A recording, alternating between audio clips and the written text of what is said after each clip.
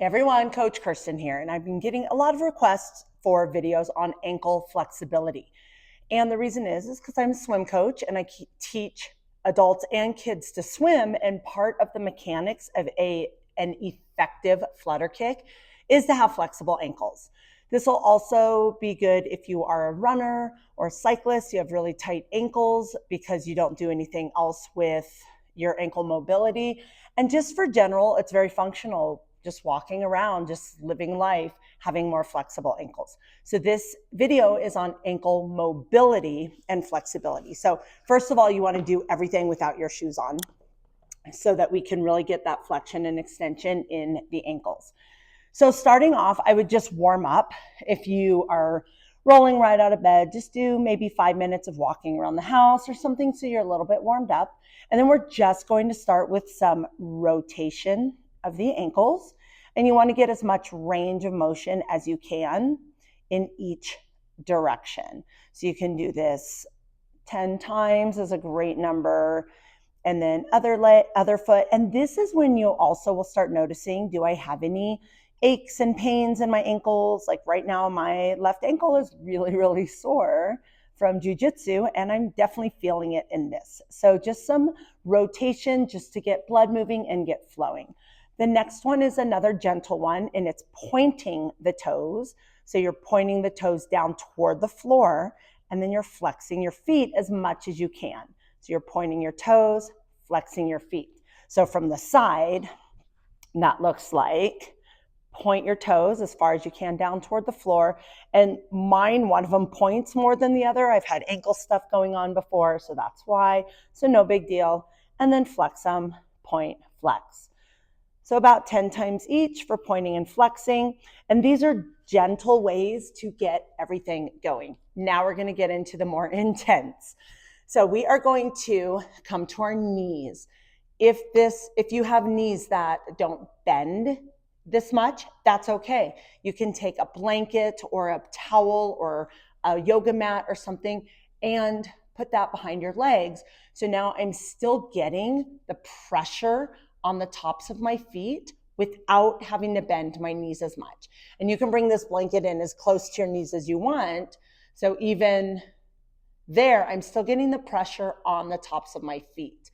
If it is your kneecaps or your ankles on a harder surface that are keeping you from doing this, get some sort of padding. Again, it could be a softer towel or a softer blanket, and put that under your ankles. But the flatter this pad is, the better, because you do want the pressure on the tops of your feet. And you can also put this, if you have sensitive kneecaps, you can put a pad under your knees. So don't let that deter you if you just feel a little pressure from being on a harder surface, because you need that hard surface to make this work. So first thing you're going to do is I would start on hands and knees, and then flat feet, your feet flat against the floor, and then just start leaning back. You might even only be able to get this far back when you first start if your ankles are really inflexible. So you're just sitting back, sitting back, sitting back until you can't stand it anymore. So if you could get like your bottom on your heels, but without weighting it, that is amazing. To weight it is really challenging. So this is very challenging for me. And you just stay as long as you can handle it. Take some nice deep breaths, slower. And then when you need to come out, you come out, and then you turn your toes the opposite direction. So now your toes are down, and this is going to stretch out your feet and your ankles in the opposite direction. So this is an opposing move. And again, you might not be able to put all your weight back on this, especially if you've never done it before. So just go as far as you can. You might need to use some support with your hands. And again, you can always put something behind your legs, like a rolled up towel or a blanket. And that still puts a lot of pressure without having to bend your knees as much. So I would do this 3 times each. And again, just as long as you can hold. So the second time might be less because they're getting tired, or it might be more because they've relaxed a little bit. And then back up as long as you can hold it. If you could hold it forever, you probably wouldn't be doing this video. But if you can, maybe like 30 seconds is plenty to really get it a good stretch. So pressure on the tops of your feet, and then the opposite, pressure on the balls of your feet, sitting back.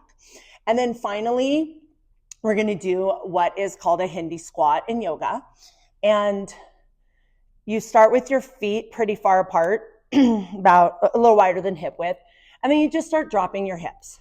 So let's say you're like, oh my gosh, I don't have the hip, knee, or ankle flexibility to go any further. You can sit on something, like let's say this is a stool. I didn't grab anything to sit on. I wasn't prepared because I can go all the way down. But you can always sit on a stool or something until you get more flexible. But ultimately, what you're trying to do is get your bottom down as close as you can toward the floor. And then you can kind of rock side to side on your feet, your ankles. So this is great ankle flexibility. This is also really good inner thigh and hip flexibility. If you push your knees out, this puts more pressure on your hips to open, but also your toes out. And again, just rocking side to side puts pressure on those ankles and gets them moving. So this is a little different because now our toes are out. So it's a little different feel. So you can also, when you're done, so I would hold this for, again, as long as you can, maybe a minute would be just amazing if you could hold this for a minute. And then when you come out, your ankles are probably going to be a little tired. So just some maybe in and out. You could put your feet up into the circles again. You can do any sort of massage on your ankles and your feet if that feels good. And just give yourself some grace. Ankles are not very flexible if we don't do any activities that help them stretch out. So start with these. I would do these every other day and for as long as you can, for as long as you want to get them flexible. They will start getting more flexible. If you guys have any questions or need more modifications, let me know. And I would love to hear what else you want help with. I'm making this because I got a lot of requests from my swimmers with really tight ankles, especially men. Men tend to have a little tighter ankles than women. And two of them are triathletes, so they running and biking a lot and just started swimming more. So it's very, very common in that case. So let me know what else you want to hear about, and if you guys have any questions about your ankle flexibility and mobility. All right, I will see you guys next time. Bye.